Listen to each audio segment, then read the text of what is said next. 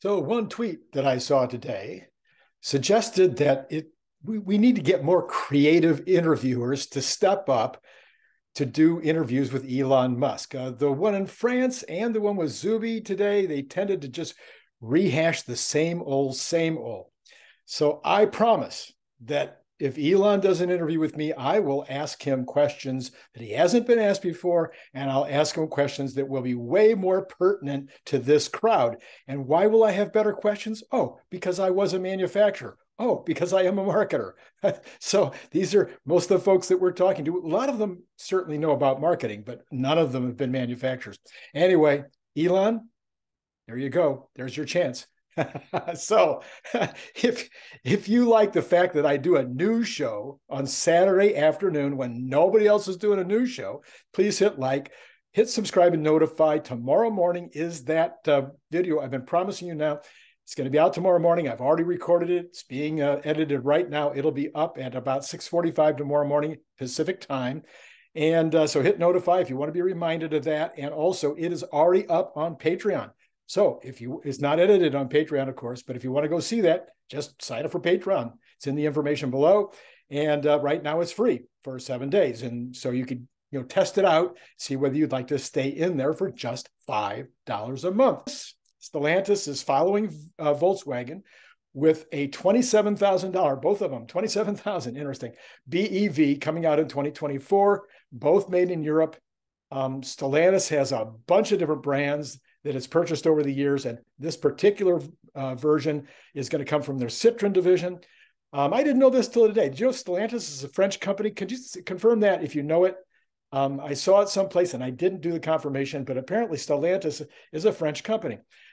Could be. All right. I thought, I'm not sure what I thought, but certainly one of their biggest divisions is, of course, the old Chrysler company with all of the divisions, the Jeep and the Ram, et cetera. So that's two companies now announcing an under $30,000 car for that European market, made in Germany. New BEV news from other automakers, it's going to be coming really fast. You're going to really be seeing almost daily, every other day, some automaker is going to be talking about their new BEV that's coming next year or the following year or the year after that. Toyota's talking about 2026 is when they're going to start. That seems a little crazy, but there are literally hundreds of electric car makers, mostly in China. And there are 22 major players, and most of those 22 major players have multiple brands. And then in addition to multiple brands, they have multiple models of each brand, some of which are kind of duplicates, but you have all these different models. So when you start adding up even the 22 with the 2 or 3 each, now you're at 66, 70, whatever different brands. You add all those brands and you start saying, they got to have a truck and they got to have a passenger car and they got to have a SUV. It turns out, you need to have a lot of announcements. So should you be concerned about the announcements? Is every announcement, that says this is the Tesla killer true, or this car is going to give Tesla a run for their money? You've seen all these headlines. Well, number one, some will be successful, maybe even wildly successful. But most will fail miserably. They'll not have a compelling product at a compelling price compared to others. Every BEV, this is my belief, I believe this strongly, every BEV that is made between now and 2027 that has a compelling product, good looking, good, decent specs at a decent price relative to its specs and its looks, every one of those will sell all they can make. Now, does that mean every year, every month? No, markets go up, markets go down. People have good marketing departments or not good marketing departments. Something comes along that interferes with the ramp, or there's a big problem with the product itself, with a recall. All kinds of things can keep a very compelling product at a compelling price from automatically going to the moon. But because the demand will be massive for electric cars, if companies that have a compelling product at a compelling price will sell out year after year, including Tesla, even with their massive ramp. Many of these cars that are going to be announced will be prototypes, and they won't even make it to market. So that's another thing to look at. Is this an announcement of something that's a picture? Is it a one out? Have they begun to actually ramp product? Are they in the middle of the ramp? Are they close to the end? That's part of the thing you want to look at. But again, we need competitors. We need lots of good makers in the marketplace in order to eliminate the ICEs completely and forever by 2027, my date. Okay. And then finally, that's it. Actually, that was number 4. On the other hand, in this tricky year, see, I mentioned there's going to be times when it's going to be hard to sell out maximum production of every compelling car at a compelling price. And this is one of those tricky years. There's still a little bit of resistance to these interest rate climbs. It's not just in the United States, it's around the world. There's still a little bit of resistance for people putting their hand in their pocket and starting to write a check or starting to take on additional debt because their current debt limits are at very high levels and their income is not keeping up with inflation. So this particular quarter, at least, I think we're going to miss. We're not going to miss the 237, 244, 245, 250 that a lot of people are talking about. We're not going to miss that number. I'm sorry, did I say 2? We're not going to miss the 400. Roughly 435, I think, is around the low. 450 is probably the high among what you might call the conservative punditry. We have a couple of folks out there that are much higher than that, that are looking at, like I have been, at the 490 to 505 range. I think that Tesla could have done 500,000 cars this month. They could have made 500,000. They could have sold 500,000. But I think that they took their foot off the gas pedal, so to speak. They took their foot. They took, how would we say this in a new world? Anyway, I think that they are slowing down their ramp in Berlin, and they're taking their time with the switch over to the Model 3 Highland so they can sell out the inventory that they've got of the old Model 3s. And so I think this quarter is going to be not quite what I would hope. So when I say I miss, it's going to miss what I thought was going to happen. I think my 490 is off the table. I'm going to go with 460, 465. I would be thrilled with 460, 465. Believe me, that's a very good number. And that, of course, is going to reduce us by about 40,000 for the year end. So I've already mentioned, I think 2.2 might be off the table as the year progresses. If business starts to pick up, if interest rates get cut a little bit, you could see maybe we pick up that we missed. But now it's probably going to be closer to the 2.1 number. All right. So other news, getting away from Tesla for a minute, the Fed seems to think it wasn't hawkish enough in its statement last Wednesday. The very first Fed governor to come out and make a statement was Christopher Waller. He's one of the governors, and he reiterated that core inflation is not falling fast enough and that the Fed is more than willing to go back to hiking. Yeah, it wasn't what anybody wanted to hear. Christopher, why would you want to say that? Everybody was perfectly happy with your statement the other day. Do you think that there are companies out there that are saying, okay, we don't want to raise our prices because that'll hurt the Fed will be mad? You think there's anybody out there that says we are going to cut back our sales because we want the economy to slow down? No. Every manager, every owner out there is trying to maximize their sales. They're trying to maximize their profits. They're trying to raise prices where they think they can get away with it. And nobody's going to do anything because Fed governors are standing up there saying, we need inflation to come down. So, my opinion. I think inflation is over.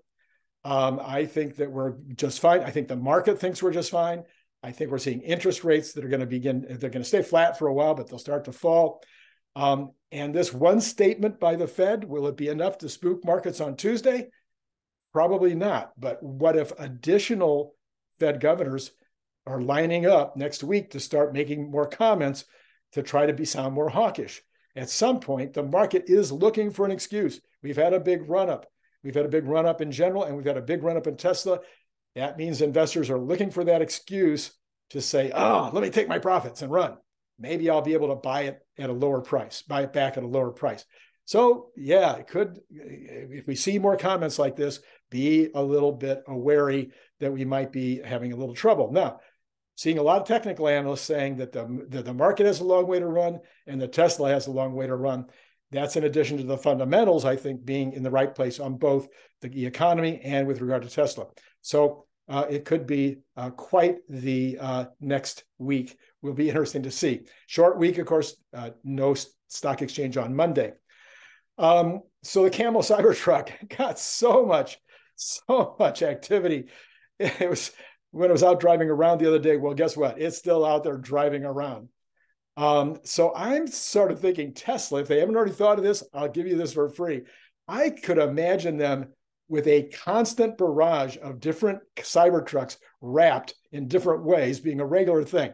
That every few days, maybe they'll do the camo one for a week, and then the following week, maybe they'll do that deep cherry red, and maybe another week they might do some kind of flat black, so there's all kinds of possibilities. Help me out here in the comments below. Let me know, what color wrap would you like to see on a Cybertruck? Or not even color. Look at camo. That's not even a color. So what kind of design would you like to see on a Cybertruck?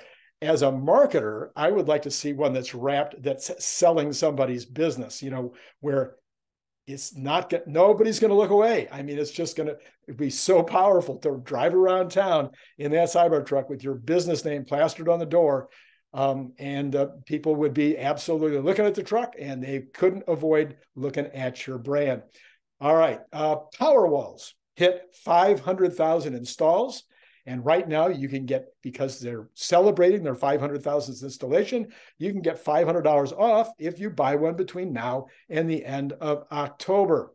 500,000, that's a number that I consider to be small. The other, you may know that I've been saying I don't really have a way to get a handle on how many Powerwalls are being installed by the month or by the year. So when I've been making my projections, I've left Powerwall out of the projections. This morning, I don't know if you saw the video this morning. I did a video of, that was taking a look at some of these things, and I'm sorry, that's a video that's going to be out tomorrow, the one tomorrow morning. I've already recorded it, so I'm getting confused. Anyway, I mentioned I can't get a handle on how much Powerwall is happening. It seems like it's a bigger business than 500,000 total installs to date. Anyway, your comments below.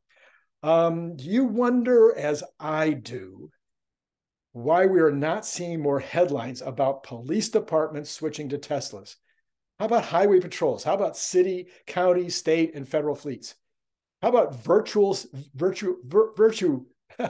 hello. How about virtue signaling corporations? Well, I just saw a headline about this local police department switching to Tesla. I've seen a bunch of these, but how many? I don't know, 12, one a month, one every 6 weeks. I'll see some police department who has stepped up and bought all Teslas or bought 3 Teslas to try them or whatever. If our government leaders, and in particular those that are on the left, are so concerned about global warming and about solving H2O, why aren't they leading the way on this switch? I can't figure out. There should be hundreds of thousands of vehicles being sold every single year just to governments across the United States, across Europe, across China, across the world. Wherever there are people who really believe that there's a problem, they should be buying these cars. I don't know what's going on. I can't figure it out. You may, again, I mentioned this interview with Elon Musk on Zuby on Twitter. And Elon Musk said, the media provides the dramatized Cliff Notes version of reality. I loved it. I had to write it down. Media provides the dramatized Cliff Notes version of reality. That's exactly what I look at every single day. As I'm looking at these news stories, I'm going, somebody that didn't have very much background on Tesla, spent 1 hour or 2 hours doing some research to write a 500-word article that gets to the guts of whatever it was they thought they need to talk about. And it's usually wrong-headed, usually takes the wrong position, and is usually poor, like he said, a Cliff Notes version of what the reality is. But you know what? I'm not sure that there's any choice on this. That is how we are prone to read. We read the headline. How often do you read a headline? You go, oh, okay, I didn't know that, or oh, okay, I knew that, or okay, that's interesting. Maybe someday I'll look more into that. And that's all you see is the headline. And now that's information that you're taking in. Then you might look at a subheadline if there is one, and that gives you another subset of information that informs you and causes you to think about something in a new way, or confirms what you're already thinking. And then if you're really interested, you might read the first paragraph, not you, all of us, might look at the first paragraph, and then you've got another set of information, but how many times reading the whole article, or maybe skimming the rest of the article, or looking at the bullet points if somebody's kind enough to provide you with bullet points? Well, guess what? As a writer, as somebody who does writing for a living, that's exactly how you're taught to write. You write, the headline has to be the teaser that gets you to read the subheadline. The subheadline is the teaser to get you to read the first paragraph. And the first paragraph, hopefully, is the thing that gets you to keep reading the entire thing. That's how you're taught to write. So this is not a bad thing, but the Cliff Notes version of reality, that's a bad thing. So all of that stuff that I'm talking about, the headline, subheadline, et cetera, it's got to be dramatic. It's got to pull you in. It's got to get you to keep reading. But then the Cliff Notes part is the part that drives me nuts. So, this is a part of reality. But what's good is that YouTubers and bloggers and long-form podcasters at least usually give a longer form an analysis. And usually the people who are doing them are more knowledgeable, bigger backgrounds, bigger capability. I mean, I'm not bragging or anything, but when you watch this show, you're talking about somebody who has 30 years of manufacturing experience, who's been watching Tesla probably on the order of 2 to 3 hours a day for 16 years, since 2016. You're talking about somebody who owns a Tesla. You're talking about somebody who's written books on Elon Musk. So you're not talking about some reporter who was told by his editor they needed a story about what happened to this Tesla running into a fire engine yesterday. I mean, it's a different world. So this is a great place. This is where I get most of my information now. I highly recommend that that's what you do too. Anyway, Elon went on to say in that Zuby interview that AGI, or digital superintelligence, is the greatest threat to mankind. So you know that Elon is worried about a bunch of stuff. He's even concerned about the problem with underpopulation and population bust. But he believes that AGI is the greatest threat. So I thought that was interesting. We'll follow up on that over the next weeks. So my video this morning, the actual one that was published this morning, was one of the top viewed videos I've ever done. In that video, I take a look at the upside potential of Tesla and how this is not understood even by those following Tesla closely. So I'm talking about some of you in this audience who are following Tesla closely, but believe me, if you go look at this video this morning, I think you'll find out that maybe there's some missing pieces in the analysis, and then watch the one tomorrow morning, and that'll really blow your mind. Okay. Another piece of news here in Louisiana, the court there has upheld Louisiana's restrictions on car sales that don't go through dealers. So you can no longer, that's Louisiana law. It was challenged, but an appeals court has upheld the law in Louisiana. In the meantime, Florida has created a new law that has those requirements. Fortunately, that law has a grandfather clause for Tesla and some of the other U.S. startups. The dealers, believe me, auto dealers have a ton of power. I've had a couple of auto dealers as my clients. They're very powerful. They're usually some of the leading people in politics in any given community. They make huge contributions to the political parties in their towns. And so they're going to continue to exert this power to keep these laws in place where they exist.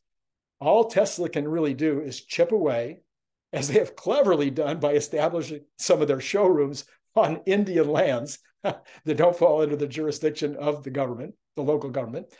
But hopefully there will come a time when the electorate just demands that these laws be thrown out. I suspect that's going to be a couple of years from now. I don't think that's going to happen right away. But as more and more people start selling these electric cars online, yeah, I think there will become a groundswell of the population saying, sorry, dealers, we're not going to do this anymore. Okay, so that's all the news there is today. If you liked what I do on Saturday, if you liked what I did today, hit the like button, hit subscribe, hit notify. You especially want to hit notify. You don't want to miss tomorrow morning. Be sure to tune in for tomorrow morning. And then if you want to watch it now, just sign up for Patreon. That information is below, and you can go watch the video that's coming out tomorrow morning, and give me some comments there on Patreon. It's, by the way, right, it's free right now for 7 days. You get a 7-day free trial, and it's only $5 if you decide to stay on board. So, hey, as usual, it's been great talking to you.